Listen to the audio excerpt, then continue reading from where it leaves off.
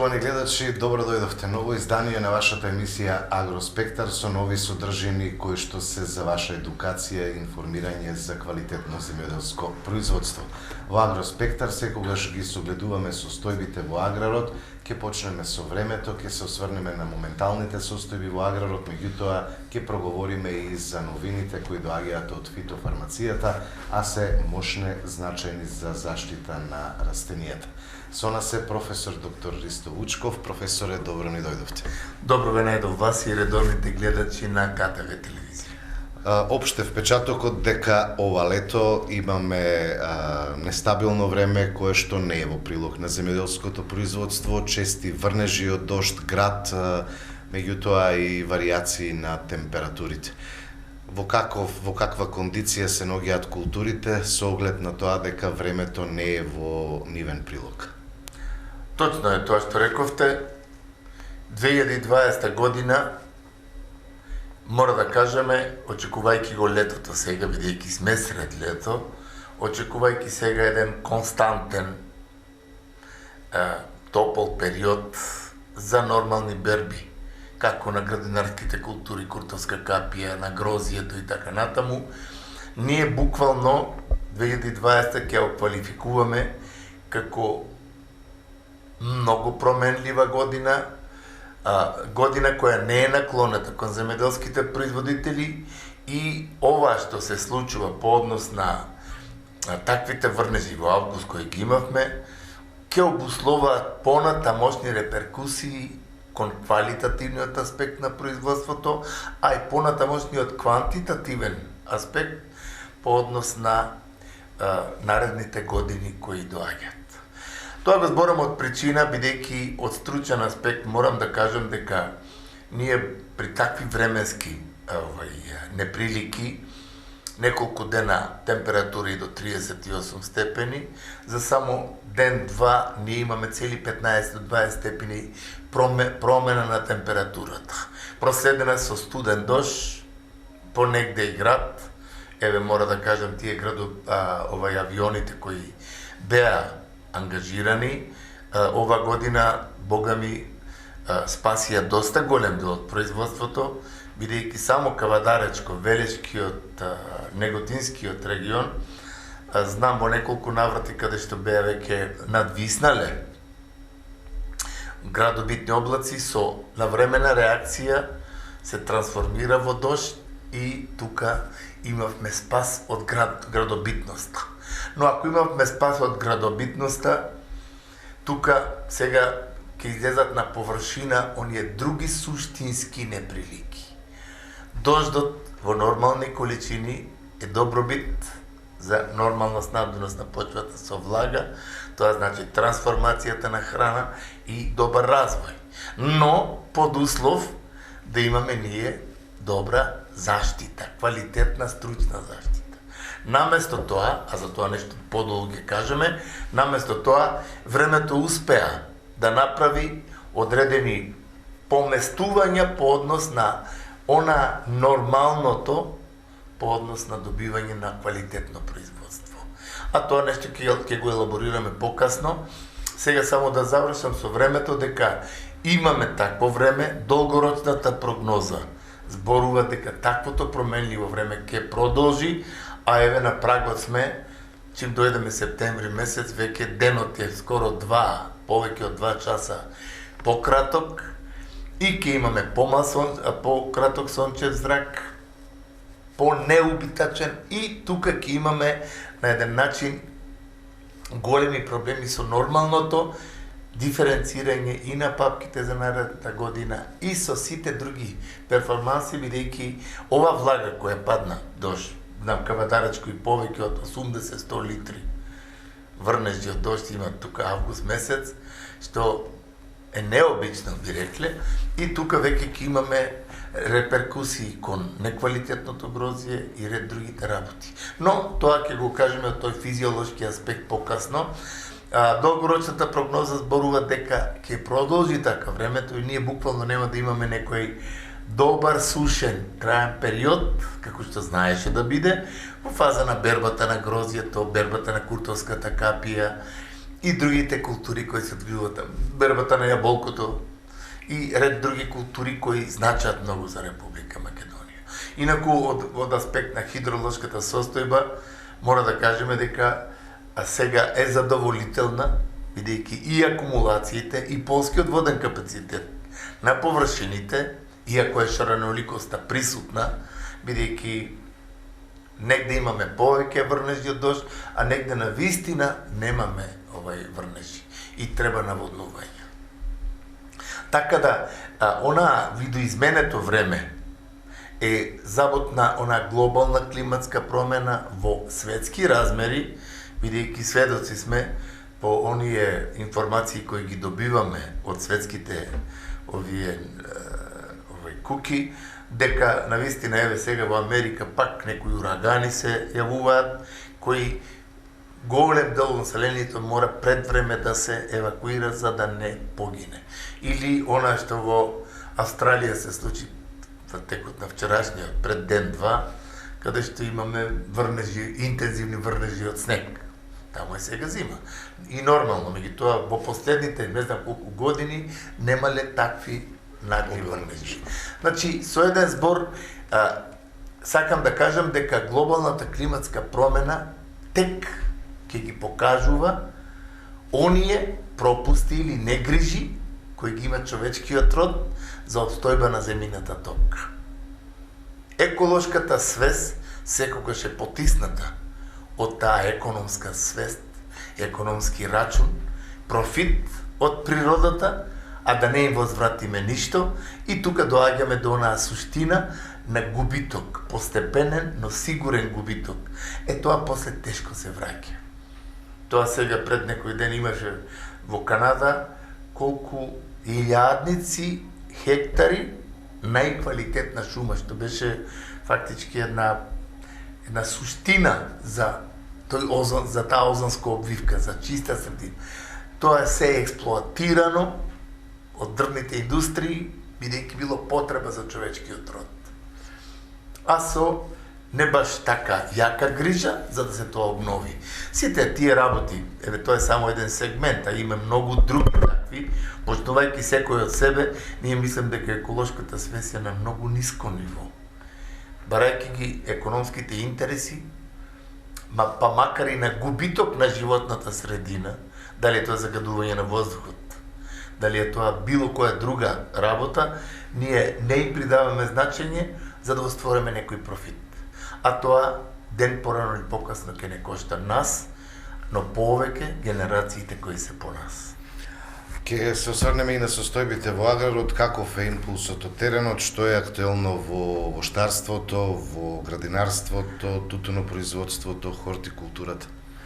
Импулсот од теренот, јас го делам секогаш оној стратешки аспект, дали како и колку се мисли на аграрот, а второ, импулсот она што секојдневието го минувам со производителите и секојдневно го следам оној вистински чин на состојби, баш од времето како фактор. И првото, сакам само две реченици да кажам, без да се мисли дека во нашата емисија ќе биде инкорпорирана некаква политика. Тоа е абсурд, бидејќи ние имаме расчистено со тоа дека аграрот е се што имаме и ние за него ќе збориме. Но некој да го игнорира аграрот, сега да се оно бесе на беса, да кажеме, и од таму да имаме стратегија за развој на аграрот, јас не знам кој од мајка роден тоа ќе го направи за Струмичкиот регион. Од беса стручникот треба да реши за стратешкиот развој на аграрот или за Кавадарци. Значи, да не бидам погрешно сватен, без разлика од која националност е човек, на аграрот му треба стопанственик кој го познава аграрот, стопанственик кој ќе даде развојна компонента на аграрот, бидејќи он е единствениот ресурс за да ние успееме кон европските трендови. Тоа е маргинализирано сега. Гледам борбите како се водат за Министерство за внатрешни, за надворешни, за сите други министерства и на крајот останува како некој си случаен приклучок аграрот. а не дека он е стожерот што единствено таму се стварат физичкиот обем на производството, дека Република Македонија има можност единствено Европа да го препознае со брендирани производи, квалитетни производи и да одеме кон Европа со тоа подобрување на стандардот. А тие министерства за кои се борат надворешни, внатрешни, други, па тоа се министерства кои црпаат од буџетот кој се одделува од новиот физички обем, од производството. Но тоа има луѓе за кои се платени, гледам сега пак се набираат колку подпредседатели да си има, се набираат колку советници да има, колку кабинети да има. Не бара сме Калифорнија со некои си колку милиони луѓе и таков гломазен апарат.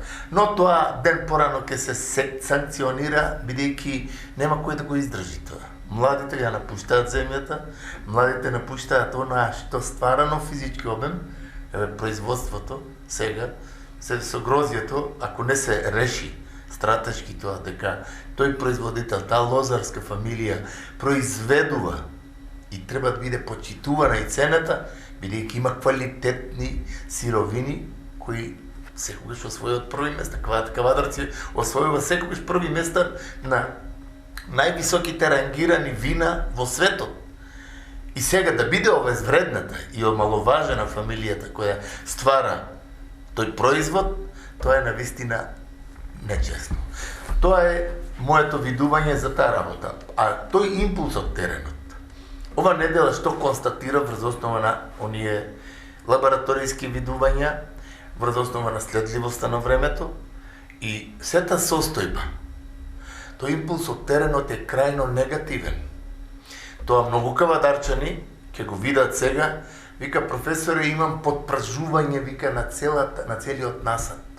Лисната маса дехидрира и врвовите се суши едноставно. Посебно некои кои култивирале после дождот. И тука стварат и можност за инфективни процеси и на пламеницата и пепелницата. Ако е температурата таква, таа релативна влажност е висока и температурата 38 и доаѓа до тај дисхармоничен однос од физиолошки аспект кај виновата лоза. Тоа може лесно да се одрази врз врз диференцијацијата на папките за наредната година.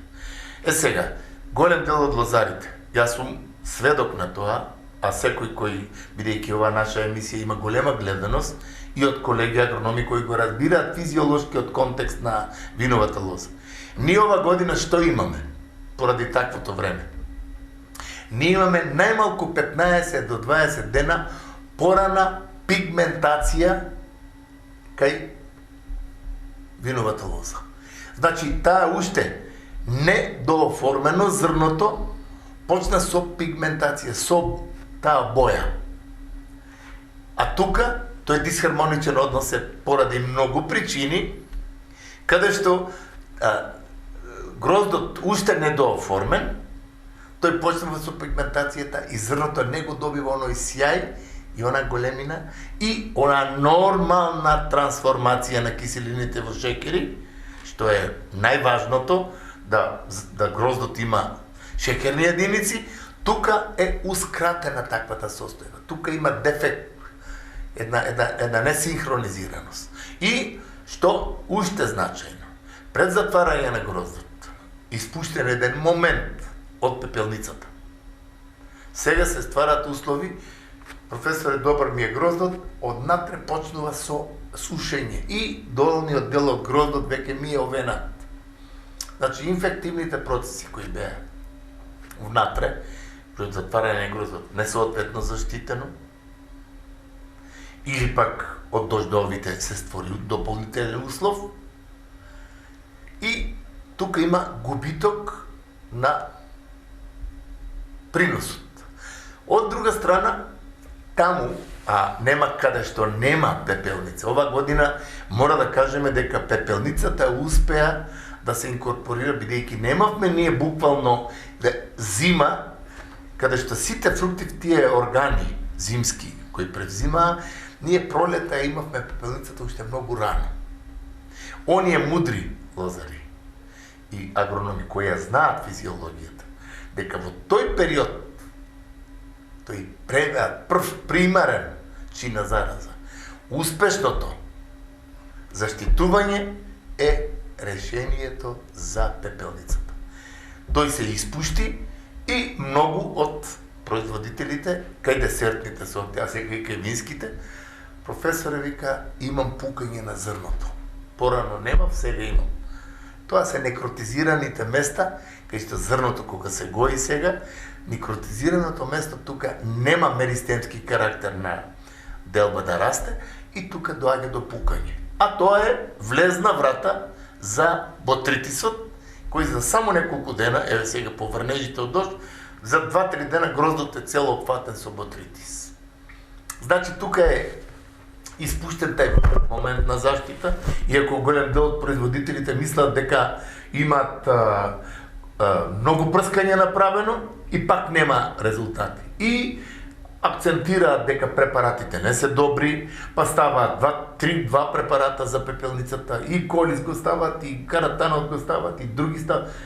Не да сватат дека кај болеста и познавањето на нејзиниот циклус, примарната почетна зараза која уште на самиот ластор во самата пупка од почетокот е успехот на лечливоста на болеста.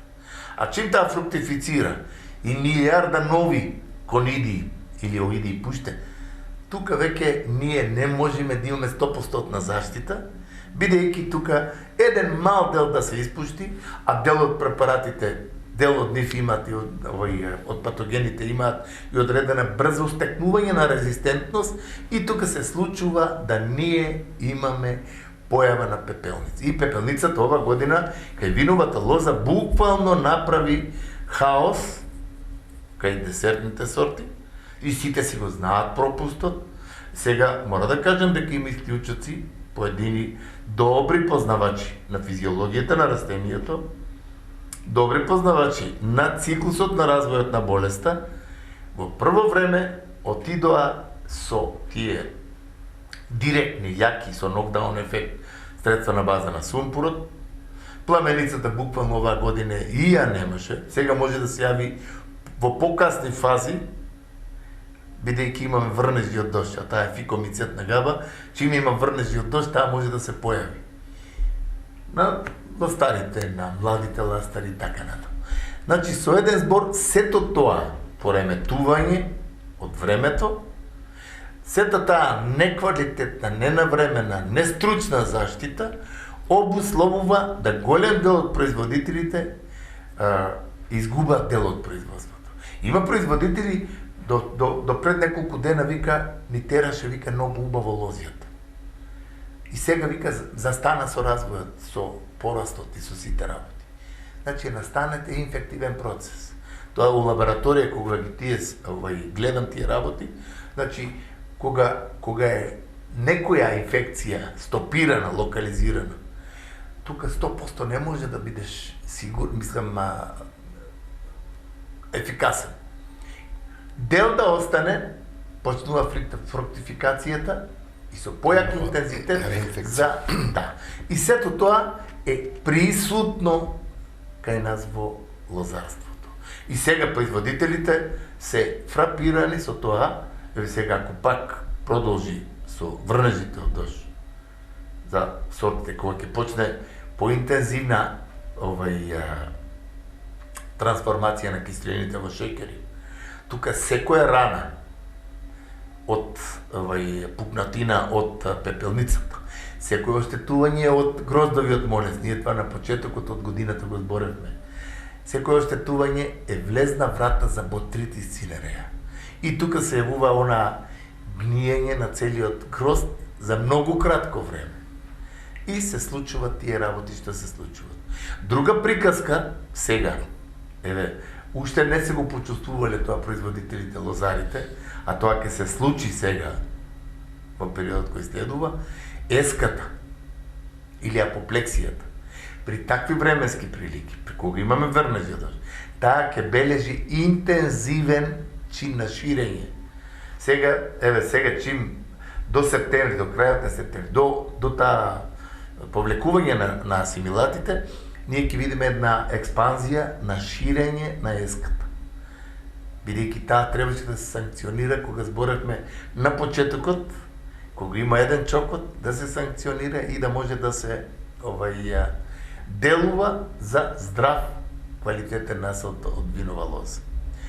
Не помала е штетата по однос на врнежите од дожд кај Куртовската капија. Ова година сите очекувавме, бидејќи јас имам контролата точно во целата држава по однос на оние реони кај што се произведува квалитетна Куртовска капија и Прилипскиот дел и овде Струмичкиот, па Неготинскиот вие имате тука.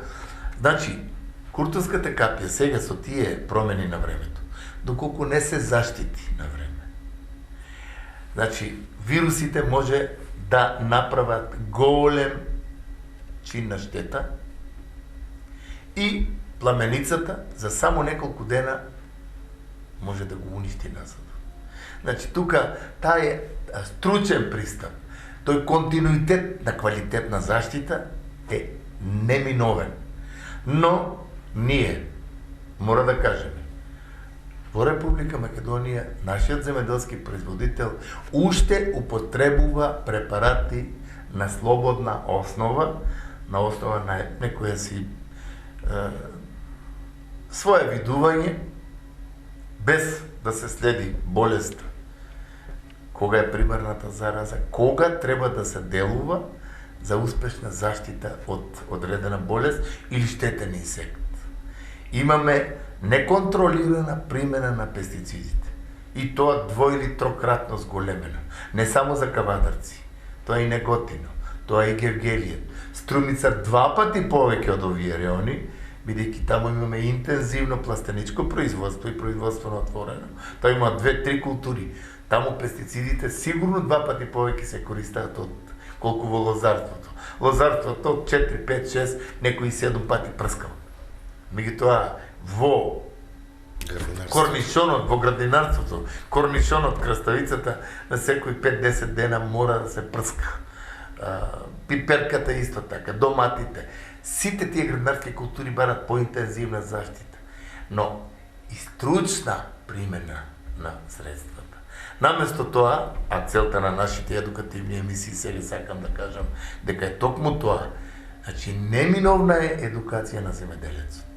Неминовна е смислена примена на препаратите и ѓубривата. Се голем дел од производители што им пукаат зрната, тие имаат дво- или трократно повеќе ѓубриње.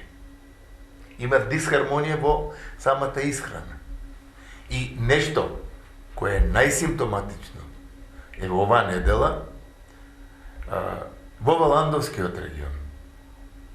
Од таквите временски неприлики, топло-ладно, од дисхармоничниот однос на исхрана, нестручната заштита. Сега се случува кај јапонското јаболко. Имаме феномен кој до сега не бил, бидејќи јапонското јаболко од времето го лоциравме како органско, бидејќи неговиот танин кој го има во самиот производ, во самото растение, делува репелентно на лисни вошки, едноставно не ја напаѓаше ништо. Сега веќе е тоа минато. Има штитаста вошка појавено, има оние дрвоточци во стеблата, кое нешто е за мене изненадување, значи он се адаптирал веќе на таквиот танин. И најтрагично ова недела, што приметив? Јапонското јаболко после цветењето, голем дел од производителите викаат: професоре, ми паѓаат плодчињата. Кога се мали, таа има на природна селекција на одредена неоплоденост и така натаму. Сега, од тие шокантни температури, од дисхармонијата и нестручниот пристап, почнувајќи од резидбата со оптеретување, ние имаме веќе оформена јаболка, 50% вика целата испадна. И тука веќе има еден чин, таа терминологија за стручните лица кои ја следат емисијата агрономи, тоа е чин на, бидејќи во лабораториски услови тоа го констатирам, тоа е еден чин на принудна плутинизација на плодот. Значи, се ствара кај самиот плод, кај дршката, плутест слој од таквите нешта, како да не баре он е веќе во фаза на зреење. Бидејќи кај многу плодови, кога зреат, прекинува онаа врска на снабдување на одредени творби, органели за гоење на плодот и, нели, Ако не се скине на време, плодот ќе падне. Паѓа, значи плутинизира. Кај јаболкото сега е тоа 20, како што кај виновата лоза рековме, 20 дена порана пигментација на зрното, уште не дооформено, тоа поцрвенува. А нема врска со трансформација на киселини. Значи, дисхармонија. Тука, јаболкото е оформено со тежината, али не е почнато со никакви такви физиолошки активности за трансформација на травнинските материи. И оно пред време плутинизира. Тука како што беше пред време на пигментација. И таквото нешто кај голем дел од производители велат кој е спасот. Тука веќе е се подзакаснато, бидејќи ако требаше да се интервенира со некои средства во формата на тие гиберелините, средствата кои го задржуваат фактички плодот, тоа требаше да се направи подсветањето. За да имаме јака спојивост и добар растеж на плодовите. Но сето тоа сега е новост, нов момент би рекол, за кој еве уште имаме своји стручни видувања со одредени колеги, но генерално што е важно? Производителот на јапонско јаболко 50% го губи родот. А на дополнето со неговото незадоволство, бидејќи колку што знам, јапонското јаболко требаше да биде наш бренд за швајцарскиот пазар, за германскиот пазар, со квалитетите, бидејќи во Швајцарија сум сведок на едно јапонско јаболко е 4 франак. А тука кило јапонско јаболко откупна цена беше 8 денари. Го девалвира целосно производителот. Кога сме веќе кај цената, ќе се осврнеме и на грозието. Годинава и тука неубави вести доаѓаат, визбите сакаат повторно да направат рушење на цената, вештачки се повикуваат на кризата, меѓутоа велат дека грозието треба да се купува по 4, 5, 6 денари, а производната цена е 15 денари за килограм грози. Како гледате на ова? Евидентно е, јас две реченици ќе употребам овде. Немањето на стратегија и водењето на државата од луѓе кои аграрот го маргинализираат, го омаловажуваат и се болни би рекол за власт, исклучиво да бидат на некаква функција, а не да кажат за одржување на тие функции треба да имаме некаков производ. Ние друг производ, еве тоа пак ќе го спомнам Киро Глигоров како стар стратег. Во бивша Југославија кога дојде, таа негова реченица не се почитува. Од осамостојувањето тој рече дека ако сакаме добар стандард и подобар стандард и од Луксембург, ние мораме да му посветиме внимание на аграрот. А сега со тие крчмења на овие ресорите, земјоделието уопште не е актуелно, не е важно. А важно е сега беса ќе се укјари, бидејќи од Европската заедница сега ќе ни дојдат доста средства точно за аграрот. Храната во догледно, во светски размери, во догледно време ќе биде најјакото оружје. Меѓутоа, тоа како да не стасува до овие луѓе кои горе се бораат жедно за власт, да сватат дека ако тој земјоделец има, ќе има државата. Зошто? Ќе има храна.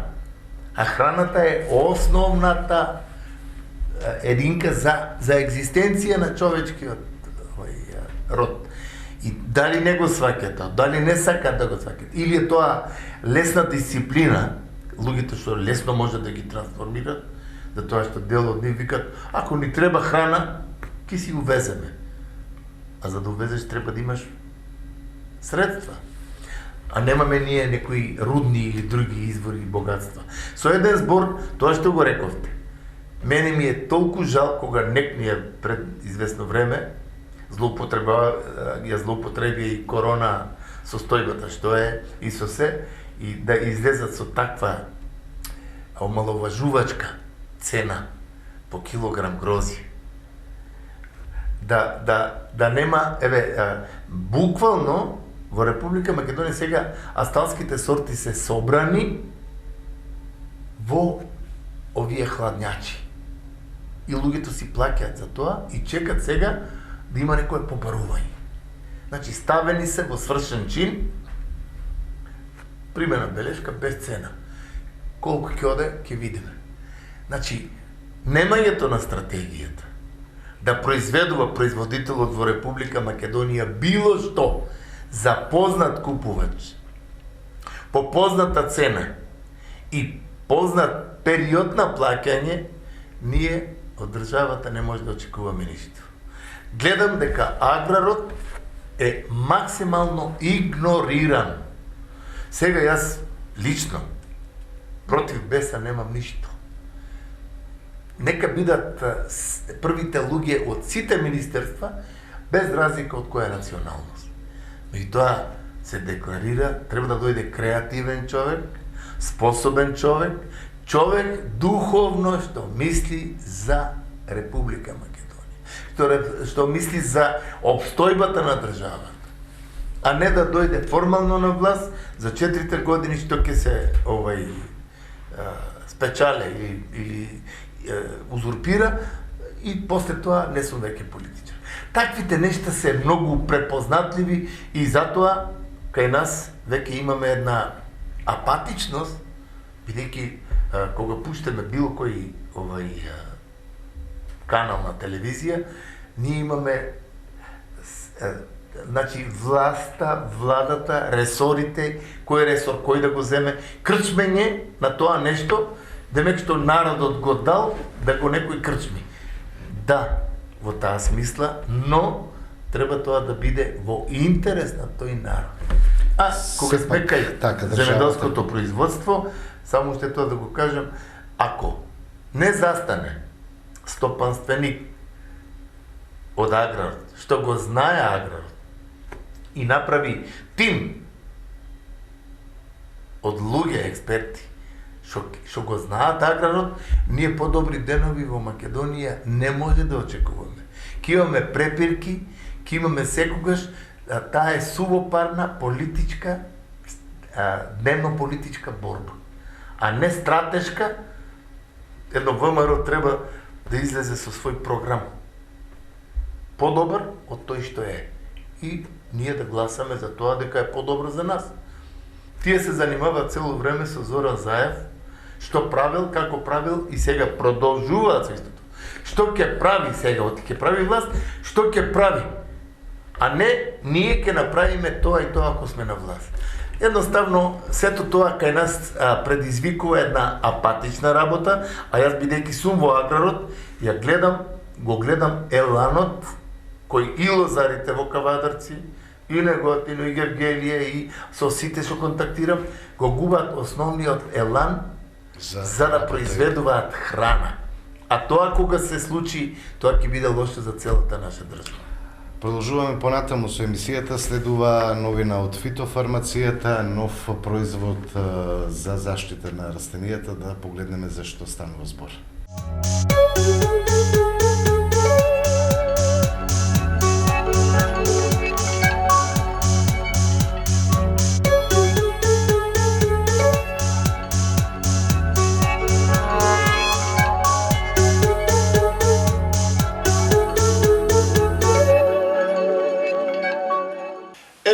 И ова недела овие едукативни емисии со продолжување на овие новитети од фитофармацијата што заслужуваат внимание при одгледување на сите земјоделски култури во Република Македонија.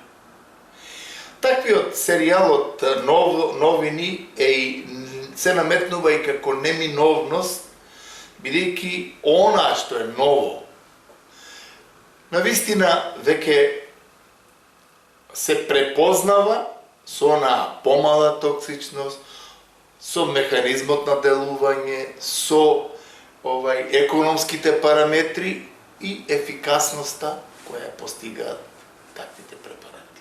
Затоа ние несебично ќе кажеме дека фитофармацијата при такви услови, кога нуди нешто ново, стручните лица треба да го тоа на еден начин едукативно приближиме до земеделскиот производител, како тој тоа да го препознае, како тој тоа да го примени во концентрацијата и дозата во која треба да се примени, како тој треба да знае во времето кога треба да го примени и како треба да знае која количина на раствор со квалитетна апликација и микронизација на честиците да го постигне саканиот резултат.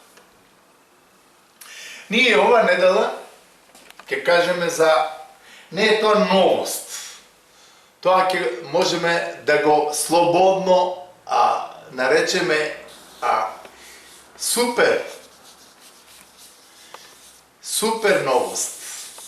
А тоа е корагенот за кој тек ќе се слушне во практиката на неговата примена.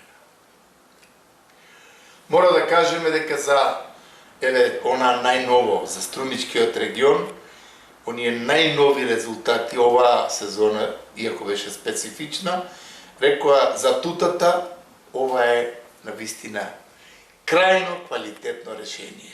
Што ние со тек на време сега ќе го утврдиме точно и во периодите кога против тутата да се оди, бидејќи се работи за еден навистина лукав инсект кој успева кај многу инсектициди да се прошверцува за да тој успее кај доматите и кај правејќи големи штети. За корагенот мора да кажеме дека се работи за една права супер новост, како што рековме, кој има активна материја која се вика хлорантранилипол. Тоа е една навистина новост на фитофармацијата, која мислам дека со тек на време таа ќе биде и препознаена и како кај голем дел на производители. Што се нуди овој препарат? Корагенот како новост, бидејќи е точно и следната година на големиот испит за прифаќање од тереност, тој како препарат навистина нуди голем на предности. Има супериорна заштита на насадите.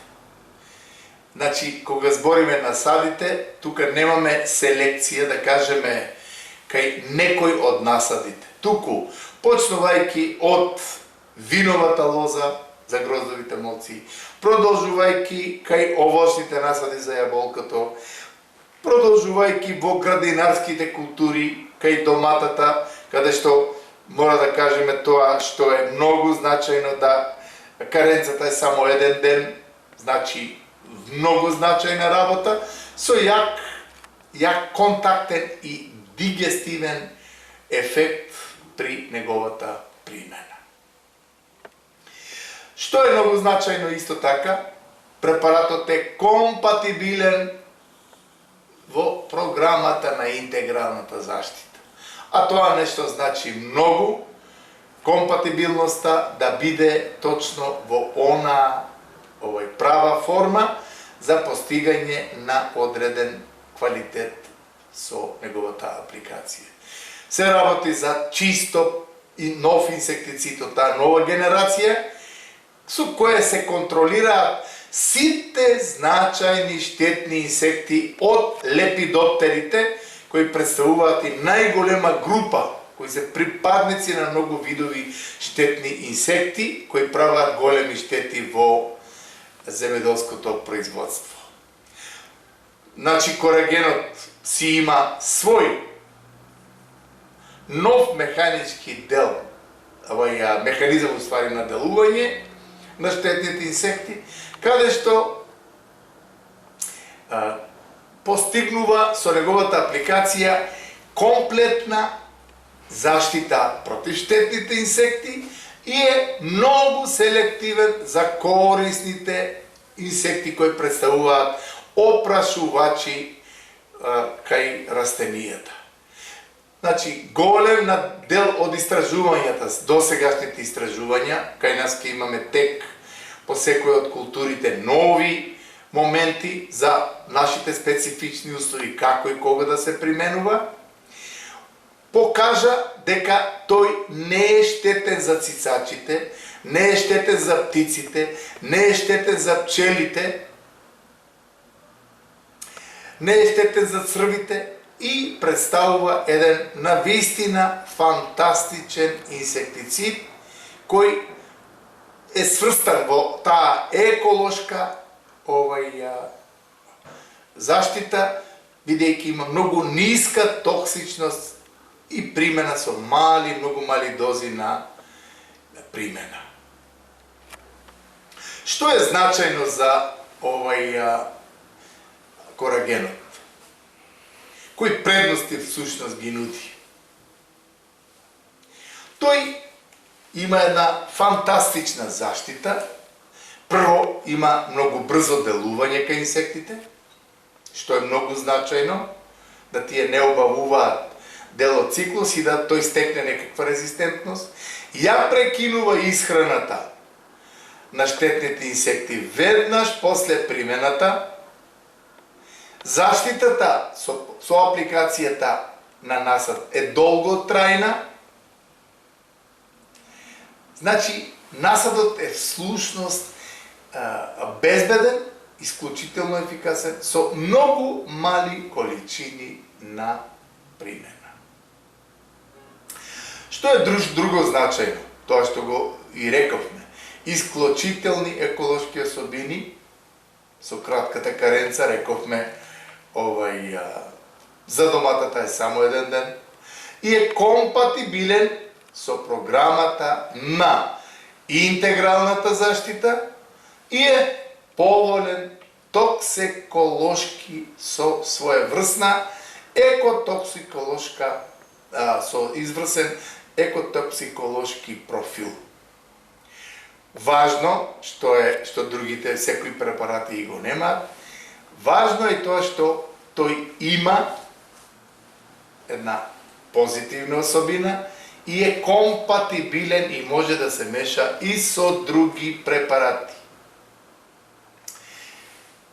Предаторските форми на инсекти, тој ги штити буквално и тука е една од најважните особини за овој инсектицид. Во поглед на она фоторазграбливост, што е одлика на сите инсектициди. Тој при врнежливо време значи е отпорен и за само неколку часа е веќе абсорбиран и нема никаква можност за испирање од дожд и тоа снажно инсектицидно делување и отпорноста од тие фотолабилност, што е одлика на голем дел инсектициди. Тука фотолабилноста буквално ја нема и тука е и успехот за таа долготрајна заштита која ја обезбедува корагенот. Сакаме по-конкретно да го нагласиме тоа дека корисните инсекти ги сочувува, значи нема рушење на оној систем каде што корисните инсекти кај голем број инсектициди веќе ги ништиме. Прво они умираат, па после било кој друг инсект. Значи помага во целосна обезбеденост на поедини корисни инсекти, посебно оние предаторски форми, иако може да се смета дека корисните инсекти потполно можат да ги сузбијат штетните инсекти, но тие имаат потенцијална вредност и може да се контролираат заедно со штетните видови во оквир на програмата на заштита на растенијата. Во согласност со стандардите, значи со таа наша традиционална добра земјоделска пракса, корагенот не треба да се применува кога пчелите се активни. Друго, што е многу важно, потрошувачката на раствор по хектар површина, тоа е многу симптоматична работа. Кај јаболчестото овошје, тука, фаќајќи ги, значи, не само јаболковиот црв, не минерот, не другите штетни инсекти, тој навистина постига фантастичен резултат со, значи, 0,16 до 0,02% концентрација од средството. Тоа значи голема ефикасност со минимални количини. И со потрошувачка на вода во поголемата, по напредната фаза од развојот, со 1000 литра вода по 1 хектар површина. За виновата лоза мора да кажеме дека тука тој со правилна примена, исследливост со феромони, одредување на правите моменти за гроздовиот морец, за лобесијата и за амбигуелата, на вистина со фаќањето на првата генерација и на временното третирање ние имаме на вистина фантастичен резултат на продолженото пилење, што често пати знае во Кавадаречко, во Гевгелиско, во Неготинско, Светениколско да држи.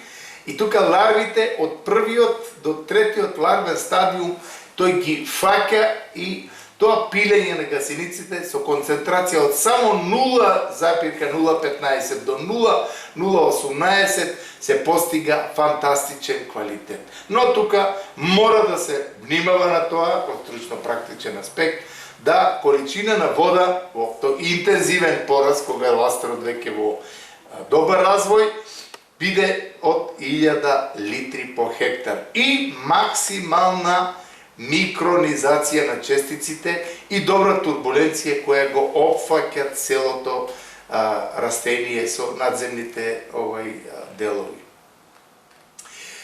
Кај доматите мора да кажеме дека оние совиците кои знаат да направат голема штета, и тука ќе ја земеме тутата како една од важните проблеми во Република Македонија кај доматите, со примената на корагенот.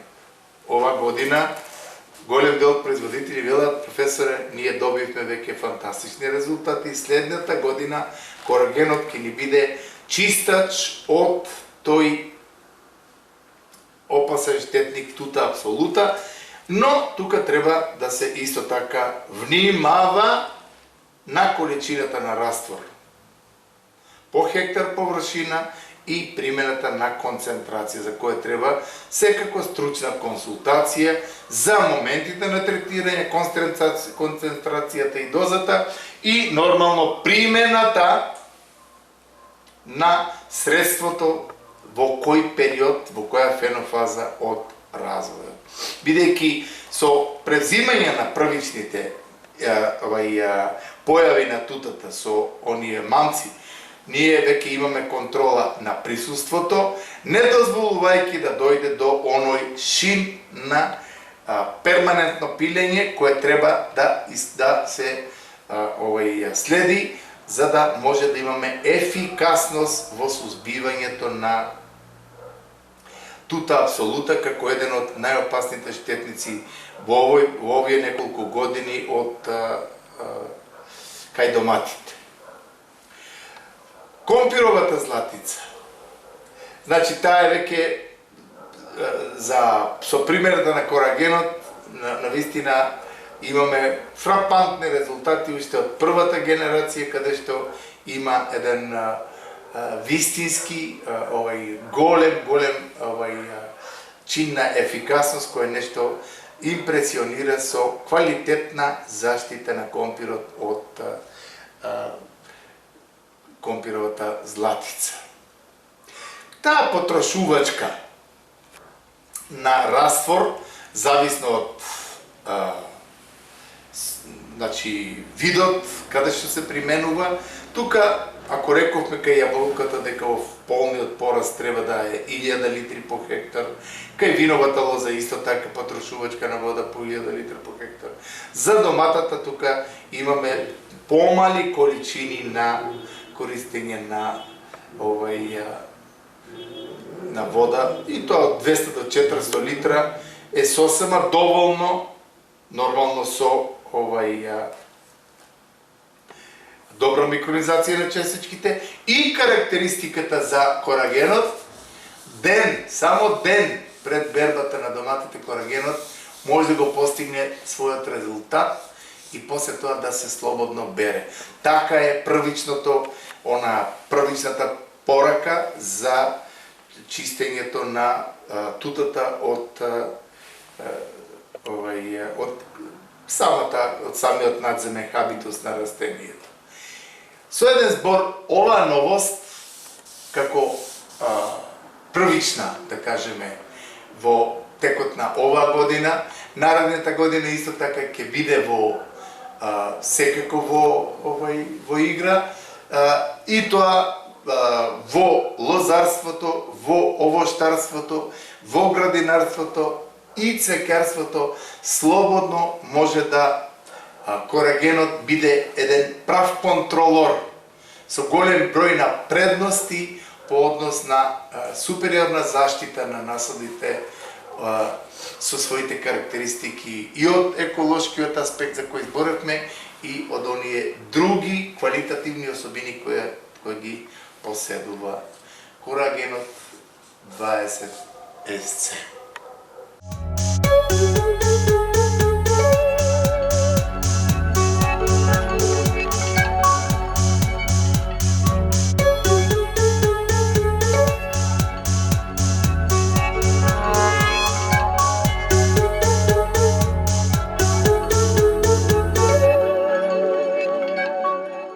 На крај сме на емисијата. Професоре, пораката до земјоделските производители. Во овие едукативни емисии ние секогаш даваме тие новости. И тие не се случајни, бидејќи си имаат своја тежина и свој значај. Ако веќе одиме кон производство, кое треба да нема резидуи, да биде квалитетно, едно од средствата, токму што го презентиравме сега, е и тоа како да се санкционира некој штетен инсект со средство кое не остава резидуи и кое нема токсични творби кои ќе бидат штетни по здравието кај луѓето. И затоа ние ќе продолжиме со таквите новини кои голем дел производители што ми се јавуваат и ги веќе применуваат. Тоа е еден добит за луѓето, за Кавадарчани и за тој регионална телевизија Кавадарци, што мислам дека ќе ја препознае и градоначалникот таа работа за да се оптимално или нормално користаат пестицидите, за да се добие квалитетно производство. Струката и науката не треба да се омаловажат. Сето тоа нека биде во тој контекст, во позитивна смисла, и да сватат дека едуцираниот земјоделски производител, во случајот лозар, со редукцијата на пестицидите и ѓубривата, ќе даде квалитет кој ќе одговара и за нашиот и за европскиот пазар. Благодарам. Благодарам. На крај сме на емисијата, почитувани гледачи, благодарам за вниманието, имајте секој добро со нашата програма.